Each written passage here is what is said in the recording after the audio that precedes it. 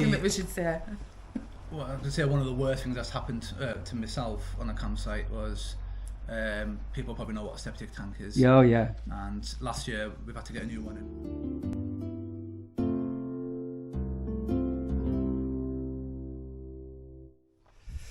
Right, I'm going to go very, very carefully and quietly, because before my eyes, the blackbirds have actually fledged up.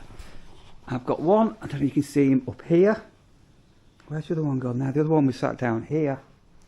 And I think there's two still in the nest. Yeah, they're fledged. Cutie. Let's try and zoom in on that one there for you.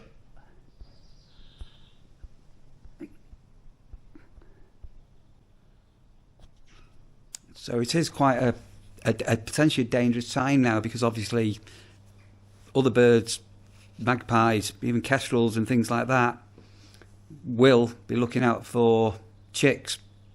So obviously when the blackbirds made its nest in here where they are now is somewhat protected, as in other birds and everything. So all being well, this clutch, he's chirping. This clutch will make it, but yeah, quite remarkable. And there's another one sat on the green. Can you see it on the bin there?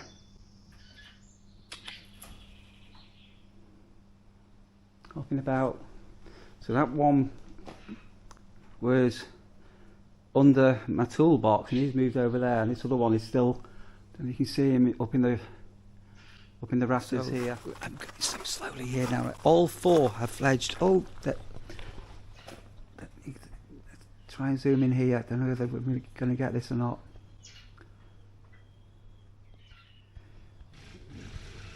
There's the dad feeding one of the chicks.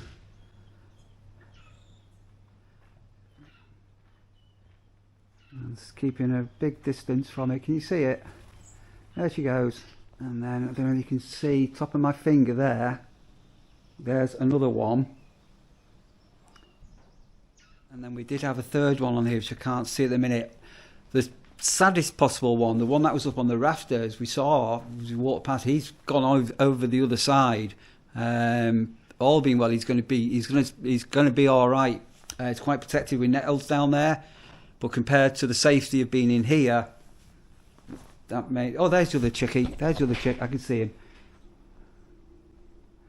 So if you look.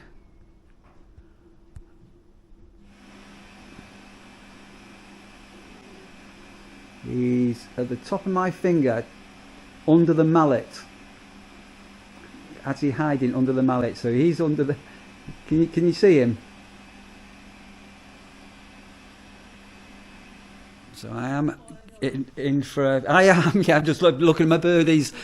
In for a manic mow day. So I think what I'm going to do, I'm going to get these mowers outside now.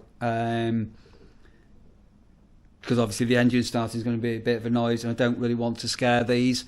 So I'm going to get both mowers, and I'm going to get them outside now, and then the mother and father can carry on bird feeding duties. So it's so sweet that when the mum and dad come in, you hear the chicks give them a call, and then the mum and dad are able to find them. Mowers out, and I'll leave them out now until late afternoon, and yeah, let's hope the chicks make it. I'm worried about the one that went over at the back. And funny today, all but one of the people that should have been checking out today, they've all rebooked in for an extra couple of nights, which is quite nice. I've had to move one from a pitch that's pre-allocated, unfortunately, because I've got somebody, as I think I mentioned it, coming on for a month. Right, quick catch up, see where I'm up to with things, and it's going to be toilets and showers next. I don't even know what time it is. I've not got a clue what time it is. And then after that, I'm on for a massive big mow day today. It's not raining, but it's like a very fine misty coming down. So I've just started with the mows and just found a peg. Those are lethal for the lawnmower. On there, and I can't see where the chicks are, but they'll be about somewhere. So I've just done the pitches that are in use this afternoon, and so I've got something on for 2 weeks, so giving that a good go over, and just quick check of everything, and then I'm going to actually put another coat on. I've gone it's gone chilly again, so sorry, I was dropped off some goodies earlier, so thank you for some power drink and some treats for Russia, and Mark's been giving some treats for Joe, yeah. Mark, this chess malarkey. Oh, right. Yeah. You've seen Dan's been trying to make all these claims and everything. I watched a couple of the clips of the videos, yeah. Robbed the trophy the other day, stole it, pretending that he was a winner and everything. So will you be the judge on this? And we're having no. I'll be the referee, yeah. Yeah. Give him a clip around the ear hole if he gets up to anything. So when's the match beginning then? Well, it's begun. Did it the other day, we moved to pawn each. I know, but it could take months, couldn't it? Oh, that's fine. A game of chess is a long process, isn't it? You can't, a game of chess, Mark, you can't. Well, you can do power chess. We've got to do a move a minute or whatever, can't you? You can do, but no, if you're a proper chess player, there's a lot of concentrating. Yeah. Or do you think we need to get one of them clocks? Got a clock as it goes. Oh yeah. Right. Probably wouldn't know how to use it, would they? I do, because I used to work in a dark room. Those that have ever done had a dark room at home will know what I'm referring to. Those of a certain age. Do you know what I'm referring to? Well, the dark room, yeah. The dark room clock where you have put in the developer for 3 minutes and bleach, fix it for 2 minutes, and the flag goes down. Yeah. Little dark room clock. Right, I'm going back on my mower. It has gone bitterly cold. That bit of rain we had stopped, but it is really cold. Need to nip into Sutton from. Hello, Russia. How are you? Hey, you come back to life? I was a bit worried. Sorry, Russia last night. I don't know whether hello, Russia. How are you? I don't know whether she was a bit off colour, but when I tried to take her for a final walk, she just did not want to go out. All right, she's right. You're all back to life. Whatever was going on with you last night. Yeah, it's awful as dogs get older and you start thinking, is everything all right? Anyway, she's back bouncing. She's definitely back bouncing, aren't you, Rash? Good girl. All right, just back in the office. We've had a Amazon delivery. I need to tell you about Tracy. Some of you will know who Tracy is and what I become at weekends. Look at that. A proper pint Guinness.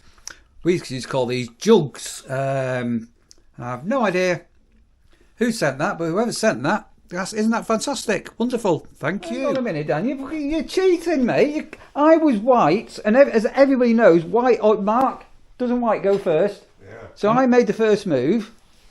And everyone will see from the videos, I went first the other day, and I moved 2 forward with my prawn. I'm glad this has come back. It's got my shiny face in it. Your prawn, right? Well, I'm going to move my. Well, go on then. No, I'm going to go. Can we straighten you up? Because I've got OCD. OCD. Okay, OCD. Oh, whoa! Me poor bishop. And you can do it. We'll have. You can. Well, that's my first move. Do I do another move tomorrow? No, I need to make one more move. Oh man, you like to move. You're watching here now, Mark. Just watch him, won't you? Did you see him cheat already? He moved the board round, took over the white pieces, and started again. What are you doing? There you go. That'll do for today, Dan. We'll carry on. The last go? Because you wanted to go first, so I go second. Mark, can you have a word? Come on, Mark. Just come and have a word. We're having none of this cheating malarkey, aren't we? Come on, Mark. Tell him that's it till tomorrow. Adjourn till tomorrow. Adjourn till tomorrow. Mark has spoken. He'll do anything you say. He's eating some of my rejected food at the moment. Cheesy hash browns and hash brown onion rings. I wasn't very I didn't like that. We've got another birthday.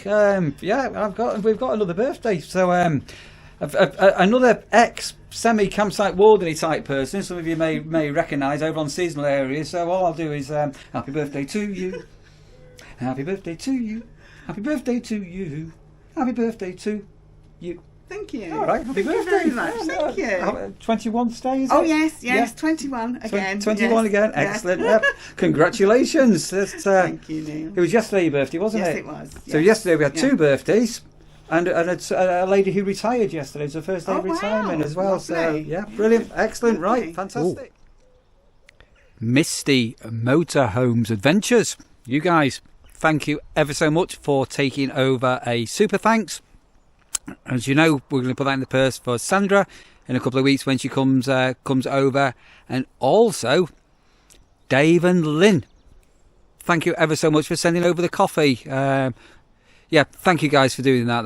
That means a lot. Thank you ever so much. Rubbish on names. I am really bad on names. I'm going to say this once, and in the next 10, 15 minutes, 5 minutes, however long, I'm going to forget the names Bev and Brian, the 2 BBs, Bev and Brian. Remember Bev and Brian. Right, so staying with us in our pod, we have got Bev and Brian. They've been with us for 2 nights so far, and you're here for 4. Yes. And the reason why I've got these on camera and we're actually sat down, these are fellow wardens. So what I'm going to do is I'm going to get Bev and Brian to give a little bit of an introduction about themselves, where their journey started becoming campsite wardens, because obviously you've seen this somewhere, and I think you explained when earlier you used to live in a static, and just a bit about yourselves. And then I think what we might do, we might get grumpy at the end and explain about things that really pee off campsite wardens. Over to you guys. Go on, introduce yourselves. I'm Brian. And I'm Bev. Originally from Carlisle. Lived in a static and just decided we would have a massive change. Gave up our jobs, home, and moved to North Wales to become campsite managers. Yeah, campsite's called Bringlock Caravan and Camping Park in Snowdonia. So where did you see that job advertised? How did you find it? There's campsite warden jobs. Yeah, I we think just it was a Googled website. it. Just Googled it, came up, thought we'd apply, didn't think anything would happen. It all happened in about A month. 4 weeks from actually thinking about it, talking about it, to taking a job was about 4 weeks. And that was moving down, packed up everything and totally just moved down, sold everything to go down. But we don't regret it, still love it. Good fun. And you said you were in a static, so are you in a tourer now, or what's your accommodation?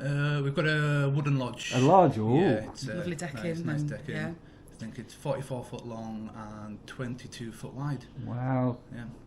Looks out onto the mountains and it's lovely. Yeah. So you're over, is it Llanberis? Those that know North Wales, is it Llanberis way? We're about 10 minutes from Carnarvon. Carnarvon, okay, about yeah, 15 minutes from Llanberis, the other side of the valley. Yeah, lovely part of the country. I know it very, very well. So what sort of your season are you? Did you say you're? We're there 12 months of the year, but our contract is only 11 months. Park's actually open March to the middle of January. Okay. Certain parts of the park, not all of it, just certain Just parts. a hard standing part. Yeah. So it's our first season being open for 10.5 months. Yeah. Last Right. year it was just 8 month season. Okay. But we've extended it now to a full 10.5 Wow. as well. So I'll be working cleaning toilets on Christmas Day, so Yeah. it should be fun. Oh, isn't it? You'll be busy at Christmas as well. You've got 2 bookings at the moment. Yeah, you'll get Yeah. people in. I would say not mad busy, but you will have people in at Christmas, which is strange. So, go on, run me through a typical. People see my vlogs and sort of see how my day starts. As wardens on another campsite, give us a dialogue of how your day starts. Well, we start at 8:30. We all meet in the kitchen because we've got 3 other warden couples and a single warden as well. We do start cleaning our toilets quite early, around about 9 o'clock-ish, just because we've got 5 blocks to do. So we waited till after 11 o'clock, obviously. Come the afternoon, no grounds work would get done. So we only have 1 or 2 blocks closed at once. So we start off cleaning the toilets. That takes up to 2.5 hours for all the blocks to be cleaned. And then go back for panad, as I call it in Wales, which is a cup of tea. Yeah. And then we go back out and then typically we'll do the bins, empty all the bins. We've got around about 40 bins on site. as well, which they need replaced most days, especially this time of year when it's busy. And then we start on the groundwork after that. Obviously mowers, hedge trimming, just trimming, there's loads. We've got absolutely a load of hedges, trees, absolutely tons of grass that needs cut. Any statics that need turned over? Yeah, so statics generally take out about 10 in the morning if they check out on time, and check-ins 3 o'clock. Yeah. But we have 4 statics that we hire out. So this time of year, that's usually on a Friday or a Saturday, isn't it, where too busy, static turnover day, trying to obviously get them cleaned, all the bedding done and put back on. So that's why it can quite annoy when people check out late, because it obviously gives us less time to get things turned over as well. Yeah. So on your static turnover, I think I can't remember telling you some stories about, obviously we've got a cottage in the pod, and do you have any frustrating things happen in the statics? To be fair, we've been really lucky. Yeah, nothing like broken glasses, just typical things which are going to happen over time. But we've last season and so far this season we've been, fingers crossed, touch wood, we've had no major incidents. So. Wow. We've had to put people in a static caravan in the middle of the night because their smoke alarm was going off and carbon monoxide detectors, so they were in a 2-hour seasonal pitch holder there, and they woke us up during the night and they didn't want to stay in there, so we've had to put them in a static until they could get the caravan sorted, and you're trying to find bedding and quilts and goodness. That was at 1:30 in the morning, I think that was, wasn't it? So do you have an on-call phone or anything, or do you share that between the other wardens? Or we generally do at the most 1 or 2 at a push a week, which is pretty good. Last year we were doing 3 or 4. Right. So this year's we've got an extra couple this year, so it's helped massively. Yeah. So it's not too bad now. Okay. So I'm gonna. So we have had a previous. My hair's a right mess, you know. See how sticky up it is. I only got it cut Sandra the other day, and I was looking at the vlog yesterday. It's all stuck up at the back here. Done this the windswept look. Yeah. So we have had a chat, and again, the viewers here will know some of my pet peeves, which really frustrate me. Give me, if you can think of them, I'm going to put you on the spot here, and I'm sure you're going to come up with the same 3 as I've got. Give me 3 things that you find a bit of a peeve, a little bit frustrated, a little bit annoying about being a warden and guest. Getting a phone call when you're just putting your knife and fork into your meal at tea time. Yeah, every time, doesn't matter what time it is, you can have your tea at 6 o'clock, 7 o'clock, you can say you're going to have your tea later. It doesn't matter what time it is, as soon as you pick your knife and fork up, the phone will ring for generally a late check-in, which is rather annoying as well. But our last check-in is 9:30 p.m. Wow. Which is quite late compared to a lot of sites. Yeah, it is very late. But you still get people at midnight ringing, trying to check in, being stuck in traffic, or we had one the other day in a restaurant which we had to refuse on site, unfortunately, because it was about 11:15, and apparently they'd just been sitting in a restaurant waiting to come. Unbelievable. No phone call to let us know where they were. Turned up. Yeah, we had one just this weekend, and they said it'll be 7:30, maybe towards 8. I said, well, you should have been here between 1 and 5 without prior arrangement. And the next minute said, okay, not a problem. We're on our way, and they were here in 10 minutes. They're in the pub. Yeah. That literally happened this weekend. Okay, so that's one. Late arrivals, and especially if you don't know about late arrivals, and people just expecting a warden that's been on duty since 8:30 in the morning to still be there 12, 13, 14 hours later, and as I say, it's so difficult to eat. Even at dinner time. Okay, so late arrivals, and I'm going to give I absolutely get that, and any other warden out there, you'll know what it's like. All right, so that's number one. Can you think of anything else? When it's busy and we've got families that are coming, and maybe they've booked out 5 pitches, and they've all said, "Can we be together?" And it's bank holiday weekend, and we don't have a spare blade of grass, let alone a pitch, and you've got to juggle all your bookings around, and it's just like a huge game of Jenga. Yeah. Trying to move these people around because they want to be together. And just because you see an empty pitch doesn't mean it's empty. That it's empty. It could be a camper van that's out for the day, or it could be someone coming on the following day, and say just moving one pitch. If you were to move someone onto a new pitch, you would then potentially move in 6, 7, 8, possibly 10 people just to accommodate that, which is not a 2-minute job, unfortunately. And other people have maybe requested that pitch which aren't coming in for a couple of days, so obviously you've got to try and keep that pitch for them. But it can be a nightmare, that's... So these guys, they use the same software that we've got here. We have a system called Jammer Park, which is blissfully simple, to be honest. But when you come to a campsite, and I don't know, just you're on a pitch number 7, and the pitches next to you are all empty, and then you say, well, can't my brother go there, or my auntie go there, or because it's empty, but they really have got no idea how complex the booking system is, have they? No. It's It's really just it's finding gaps, and depending on when people are booked in for and how many nights, it's physically impossible sometimes to do it. Yeah. Especially with so many pitches when it's busy. Yeah. So hang on a minute. I get this. So yeah. God, you see, we're the grumpy campsite wardens, aren't we? All right. So So people just rocking up and just going, can we just not have that pitch there or whatever? Yeah.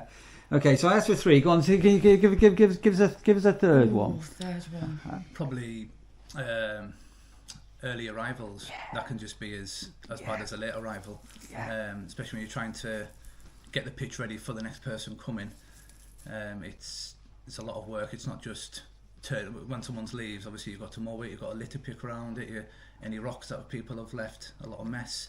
It's not a 2-minute job either. And obviously, you want to get behind where the hedges are to cut the hedges back before someone's on there. Because obviously, when someone's on that pitch, it makes it very difficult to get on and do any work on that pitch. And they could be on there for a week, 2 weeks, and someone prior's maybe been on there for a week or 2 weeks. Obviously, the grass is in need of a cut as well, so then they sit in the car park and watch you. Yeah. So it adds to, so again, this comes under the same peeve. So sorry, I absolutely get that. Yeah. Early arrivals. Don't mind somebody's 5 minutes, 10 minutes early, but when you get people rocking up half an hour, 45 minutes, an hour, even we get them hours early. Hours early. In the morning. Yeah. Just or can't you just squeeze us on? They've got no idea. They have not got a clue, and in turn, connected with that, are late departures. I'm guessing. Do you get the late departures? We get a few, not lots. Because we generally we print all our departures off the booking system. And we go and round them up. Check out 11 o'clock, and we usually wait about 20 past 11. Yeah. And then we'll go around, and we could have, like the other day, we had 80 departures in one day. So going around takes time, and you can usually see if it's like 11:30, you can see the packing up. It generally don't say anything. But it's when you go around at 11:30, 11:45, you can see them sitting in the caravan with a cup of tea still in hand. Yeah. That's when you have to go and tell them, obviously, we need your picture, someone booked on. Yeah. And then, obviously, they look at us as if we've done something wrong, but obviously, it's not us, it's just the way a campsite works. You need to be off so we can get someone else on. So you see, when I'm being grumpy about these things, I think every campsite warden has got the same, I'm on some of these Facebook camping forums and people on there moaning about the wardens and campsites. Well, why do we have to be off by 11 o'clock? They don't have anybody coming on till 1 o'clock. Yeah. And what time are your arrivals? 1 o'clock. 1 o'clock. Yeah. But that 2-hour window, and if you're lucky, you can grab some dinner. Yeah, if you're lucky, in that window, but you've got the mowing to do, the bins to do, the toilets to do, the cleaning to do. You've got 2 hours to do everything. It's not long. No. And if you get one person leaving half an hour late and somebody arrives half an hour early, that's combined is an hour. Out of your day. Out of your day. That's gone. So I'm not grumpy then when I'm being grumpy. No. They are proper things that you've got to vent about. It's what people don't understand, though. When they come on a holiday, they don't see that side of the job, so unfortunately. It's a bit strange because obviously if people went to a hotel, they would understand the check-in and check-out, and it's no different. We've still got the turnover to do, but because it's a grass field, I don't think people actually have any idea of. And I don't think they understand the volume either that comes through. Yeah, it can be a lot of people. So one of the issues we have here is a very single track road. Yeah. And so obviously we want the caravans off by 11 o'clock, so they're not going to meet any caravans coming on neither. So you've got that aspect as well, isn't it? Definitely, Right, so we've been grumpy. Let's cheer this up. But I get this right.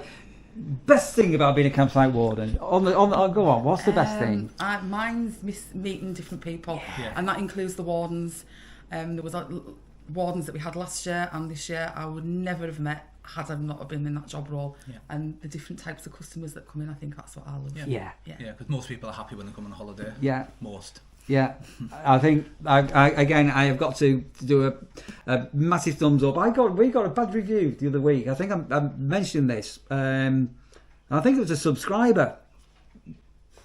If you're watching, because I did say good morning to them, and I'm running around invariably, especially when we're busy, and I try to say good morning to everybody and all the rest of it. But sometimes I'm walking out looking for stones and rocks ready for me. Thinking about something else.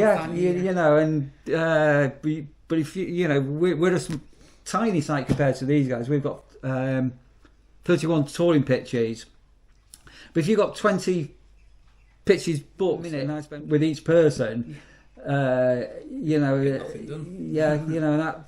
first half 8 to check out time is you're prepping up for your day, aren't you, and everything. It's all your paperwork and things to do. But the guests they absolutely make it. Especially, do you get many repeat people come back? We do, yes, which is really good. It's not like every weekend or anything, but they'll come back maybe twice a year, and then people that have had last year. We had one that turned up last week. A couple came 2 or 3 times last year. From Devon, I think it was, somewhere like that. Came back and she thought she'd booked a campsite. She hadn't. We'd literally had no pictures left, but we managed to find somewhere to squeeze in, which obviously she was happy with that. But going that extra mile, that makes you guys are superstars for doing that, because again, a campsite warden will always try the absolute utmost. You know, we were getting calls on the bank holiday Thursday before and messages going, well, can't you just squeeze us on? We can't. You can't, no. And there are some campsites that will, if they're not on electric, will just throw everybody on the field and just get together. There is a 6 metre fire break rule. There are fire regulations that are in place. And I think you were mentioning about a fire on... there was, on one of the sites with electric car. One of the, not our site that we were on, but another site local to us, plugged the electric car in onto the electric hookup, which is generally a big no-no on a campsite. They usually have designated electric car charging points. He hooked it in and set his car on fire, which in turn set his caravan on fire, and then that set the next door neighbour's car on fire as well. But look, as you were saying, they had a 6 metre gap, which obviously if there wasn't, obviously there's a good chance that the next door's caravan... No, there's the whole domino effect of it. So the reason why there's a 6 metre gap between units and a 3 metre gap between awnings is primarily gas bottles, because there shouldn't really be gas bottles in the awnings, technically speaking. Obviously people do cook, but people just don't understand how serious things can be. And they get very upset when you ask them to move if they're not pitched right. Especially with tents. Families come with tents, and some of them are massive. And they put them right. They buy 2 or 3 pitches, but they'll try and put 2 tents onto 1 pitch to get them closer. And once they've set them up, because it's such a large site, we do try and go around before people have set up to try and tell them. But unfortunately, sometimes you have to. It's hard, to tell them unfortunately, we'll have to move. And then you can get an absolute mad blitz. We were just talking about the succession of bank holidays, but it's what happened? Where's the time gone? It blinked and it was gone. Like last week, I was knackered, and you're on adrenaline when you're working. You're just on adrenaline, aren't you? And then when it goes quiet, it's just like, oh gosh. Sunday afternoon, I was outside here, and it was calm, and people were on by 3 o'clock, and it was like, and you have this massive climb down, isn't it? Another couple of weeks with 6 weeks holidays. Well, we will be busy, but we're adult only, so we don't. But it tends to be the grandparents that are getting away from looking after grandchildren, if that makes any sense. So we still do get the July, August holiday season. But it's a different thing. But good luck with those beautiful children. Can't wait. Love them all. I could not work on a campsite with kids. I don't.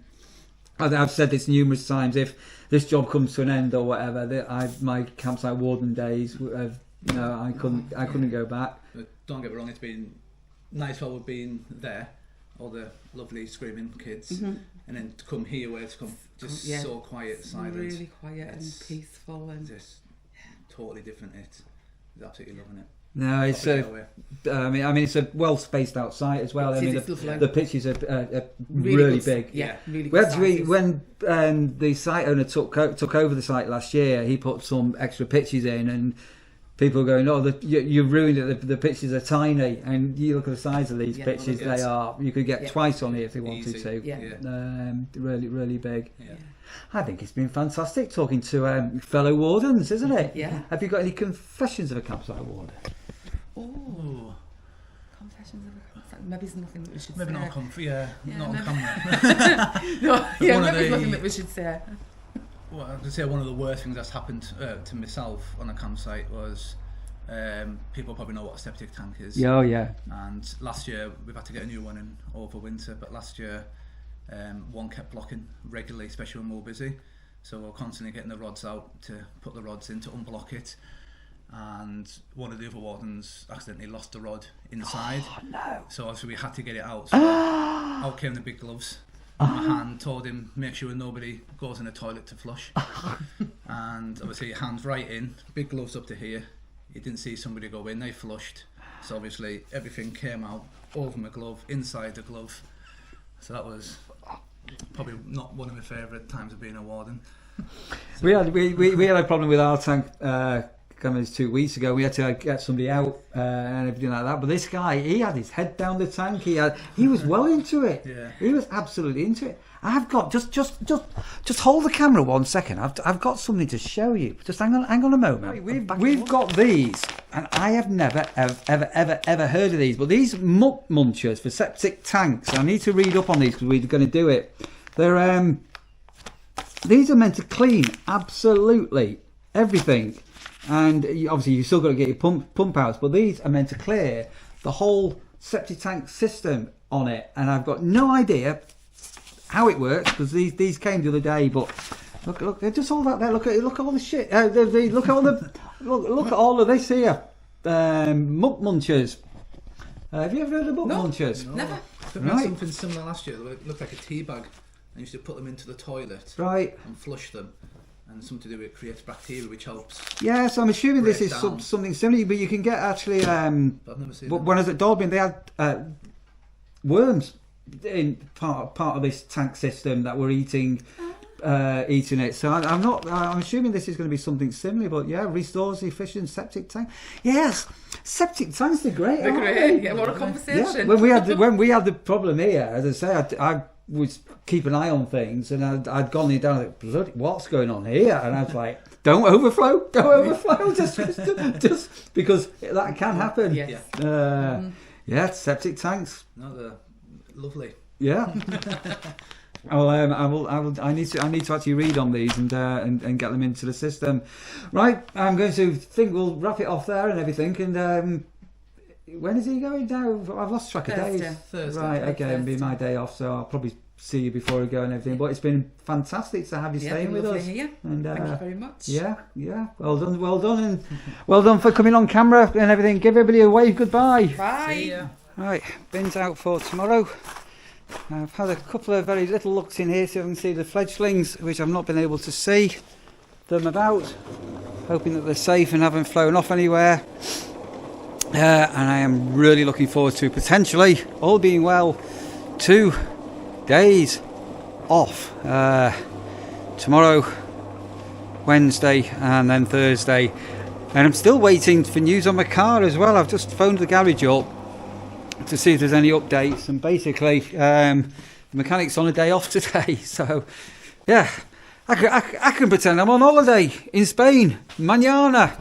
Ta-ra.